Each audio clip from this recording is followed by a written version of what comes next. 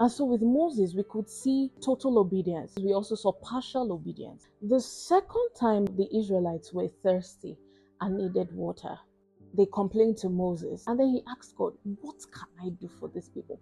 And God says, take the rod, gather everybody together, but then speak to the rock and tell it to bring forth its water. Now, two things happened there. God said, take the rod in the first scenario. He also said, take the rod in the second scenario. But he did not ask Moses to use the rod in the second scenario.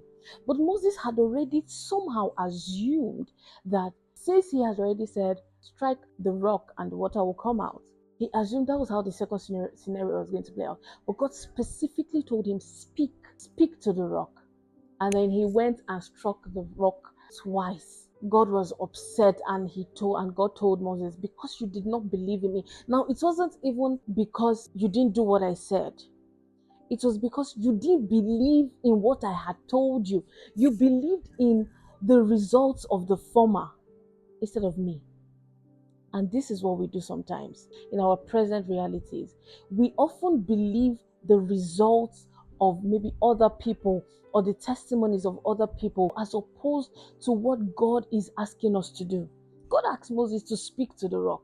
Moses held on to the former processes that gave him the result, and then he struck the rock.